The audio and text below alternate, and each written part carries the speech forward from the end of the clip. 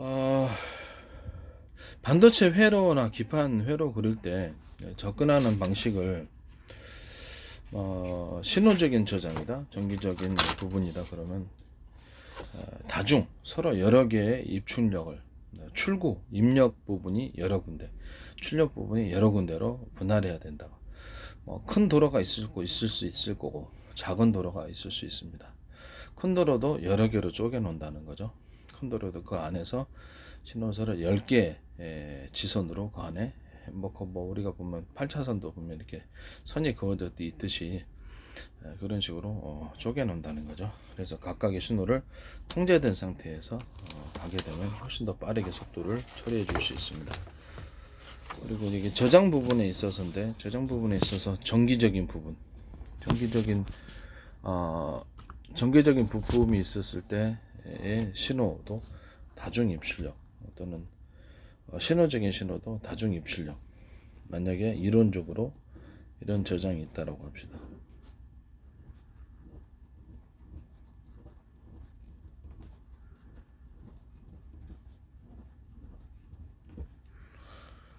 이런 형태의 저장이 있다라고 합시다. 그러면 이런 부분은 실제로는 더 작겠죠.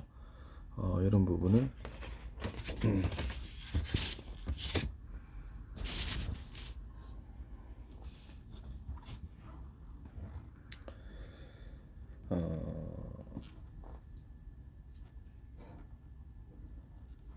신호가 이 한 군데를 통해서 들어간다면 어떻습니까? 대단히 속도가 느리겠죠.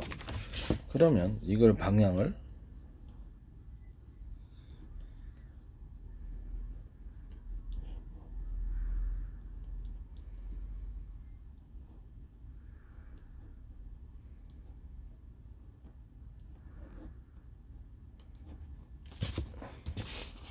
이런 식으로 사방에서 신호가 들어간다면 어떻게 되겠습니까?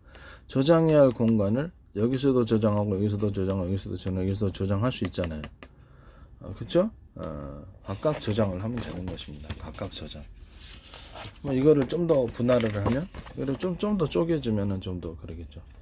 여기서 이쪽에 큰 도로다 그러면 이쪽에 부분에 큰 도로 안에서도 그 지선으로 갈라질 수 있을까? 이 각자 하나하나에게 들어갈 수 있을까? 저쪽에 이쪽 선이 이쪽 선이 있죠. 이런 식으로 들어갈 수 있을까? 여기서 선을 이쪽 뽑아가지고 이런 식으로 각각 처리해 주는 거예요.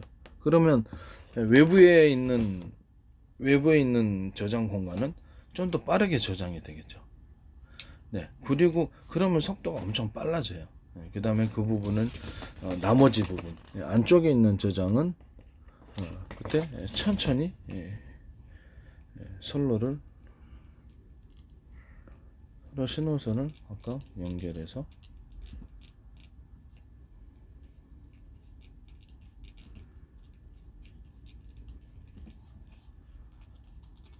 양쪽에 신호선을 이렇게 연결을 해가지고 마저 처리를 해준다는 거죠. 일단 들어가게 한 다음에 일단 여러 군데를 통해서 들어가게 한 다음에 차례차례로 안쪽으로 시간을 따라서 지가 알아서 잘게 파일을 쪼개도 되고요.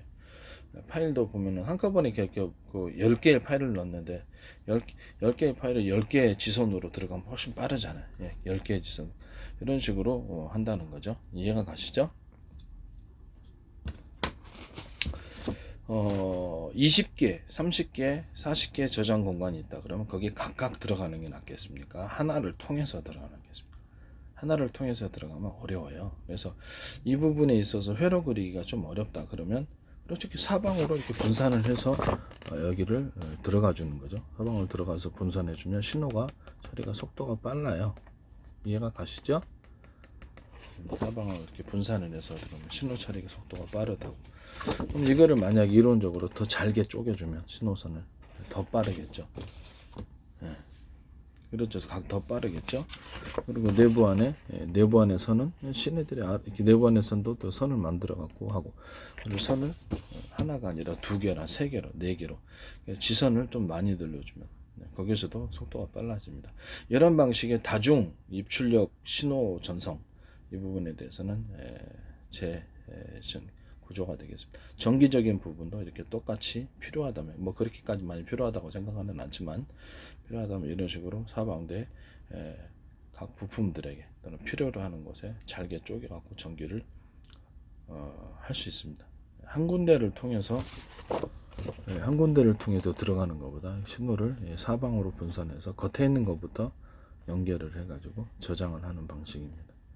나머지 부분은 그 안에서 또 처리. 겉에 있는 것은 일단 선을 연결하기가 쉽기 때문에 그 부분은 그렇게 만들어줘. 이해가 가시죠? 동서남북 사방 어디로나 그냥 사방 팔달 뚫려 있다고 생각해보시죠. 동서남북은 네 군데죠. 그러나 그걸 8군데로 늘리거나 이렇게 그 지선으로 했을 때는 8군데 그걸 16개로 늘려주거나 할 수 있어요. 그 지선도 그렇게 만들어주면 되는 거예요.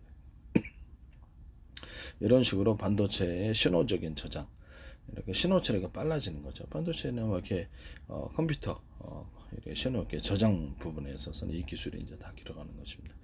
이렇게는 또 이 기술을 채용을 하셨을 때 저에게 반드시 지적재산권 이렇게 기술료를 지불하시고 하시기를 바랍니다. 남의 아이디어와 남의 기술을 도용을 하시면 나중에 문제가 생기게 됩니다.